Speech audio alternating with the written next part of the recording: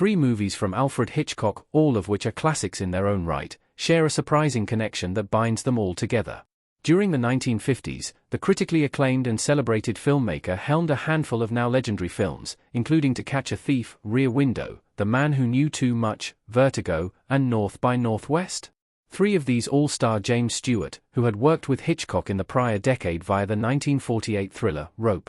For both of them, James Stewart and Alfred Hitchcock's three collaborations in the 1950s amounted to some of their best works.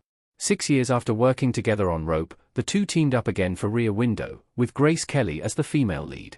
In 1956, Stewart replaced Leslie Banks in Hitchcock's remake of his 1936 mystery classic, The Man Who Knew Too Much. The fourth and final film to feature Hitchcock as the director and Stewart as the star was Vertigo, which hit theaters in 1958. Interestingly, the decision to include Stewart in all three of these films in particular served a special purpose.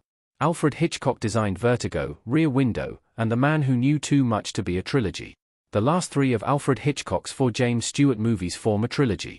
In the 1950s, Alfred Hitchcock decided that he wanted three of his movies to complete a trilogy.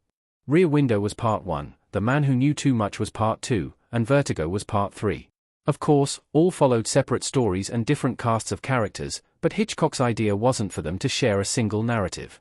Rather, he wanted them to be linked thematically. According to Jimmy Stewart, a biography by Mark Elliott, Hitchcock's aim was to look at three subsequent life chapters: romance, marriage, and loss. Each film was to be devoted to one of the three themes and go through them in order, with Part 1 covering two people being in love, Part 2 diving into the struggles that come with marriage, and Part 3 exploring the emotional trauma that comes with the loss of that love. Another way that Hitchcock sought to ensure that the three movies in his trilogy were interconnected was for them to have one constant, which was James Stewart playing the main protagonist. As for the female characters meant to build the stories of romance, marriage, and loss with Stewart's heroes, Hitchcock decided to rotate them out. One of Alfred Hitchcock's most frequent collaborators, Grace Kelly played the female lead in Rear Window, with The Man Who Knew Too Much moving on to Doris Day, and Vertigo memorably pairing him with Kim Novak. Alfred Hitchcock and James Stewart's three 1950s movies being a trilogy makes perfect sense. The central theme of each movie fits Alfred Hitchcock's trilogy plan.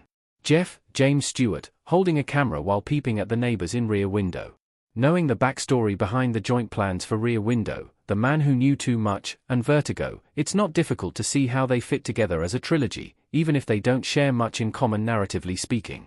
While the specific challenges Stewart's characters have to overcome vary from film to film, the internal struggle he deals with matches up perfectly with each of the three themes, which represent stages in a romantic relationship. In Rear Window, Stewart's Jeffries is in love with Lisa, but is hesitant to commit to their relationship due to his concerns about the life he'd be dragging her into as the wife of a military photojournalist. The Man Who Knew Too Much jumps to the next stage, with Stewart's character being someone already married for quite some time, and with the strength of their relationship now being tested by the kidnapping of their child. The final installment in Alfred Hitchcock's trilogy deals with the pain that comes with one of two romantic partners' inevitable death. Much of the film revolves around the vertigo Stuart Scotty has developed after witnessing his wife's tragic demise. Put together, the Alfred Hitchcock movies make for an epic, three-part emotional journey.